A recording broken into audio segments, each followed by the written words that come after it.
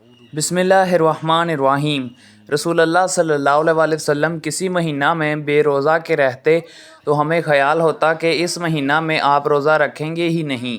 اسی طرح کسی مہینے میں نفل روزے رکھنے لگتے تو ہم خیال کرتے کہ اب اس مہینے کا ایک دن بھی بے روزے کے نہیں گزرے گا۔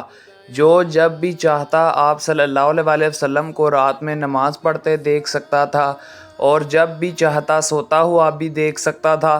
سلیمان نے حمید طویل سے یوں بیان کیا کہ انہوں نے انس رضی اللہ تعالیٰ عنہ سے روزہ کے متعلق پوچھا تھا۔ عاشوراء کی صبح کو آپ صلی اللہ علیہ وسلم نے انصار کے محلوں میں کہلا بھیجا کہ صبح جس نے کھا پی لیا ہو وہ دن کا باقی حصہ روزے دار کی طرح پورے کرے، اور جس نے کچھ کھایا یا پیا نہ ہو وہ روزے سے رہے۔ ربی نے کہا کہ پھر بعد میں بھی رمضان کے روزے کی فرضیت کے بعد ہم اس دن روزہ رکھتے اور اپنے بچوں سے بھی رکھواتے تھے۔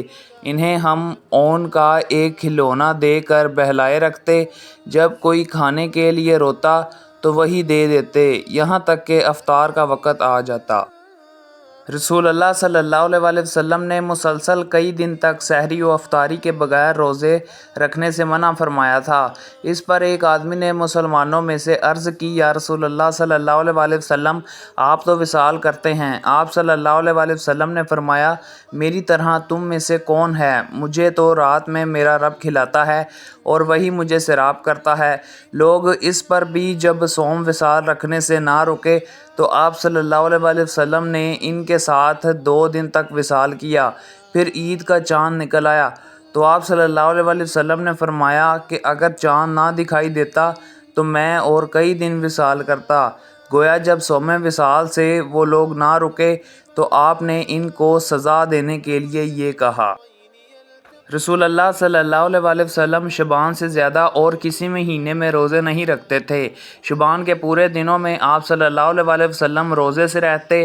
آپ صلی اللہ علیہ وسلم فرمایا کرتے تھے کہ عمل وہی اختیار کرو جس کی تم میں طاقت ہو، کیونکہ اللہ تعالیٰ ثواب دینے سے نہیں تھکتا، تم خود ہی اکتا جاؤ گے۔ نبی کریم صلی اللہ علیہ وسلم اس نماز کو سب سے زیادہ پسند فرماتے جس میں ہمیشگی اختیار کی جائے، خواہ کم ہی کیوں نہ ہو۔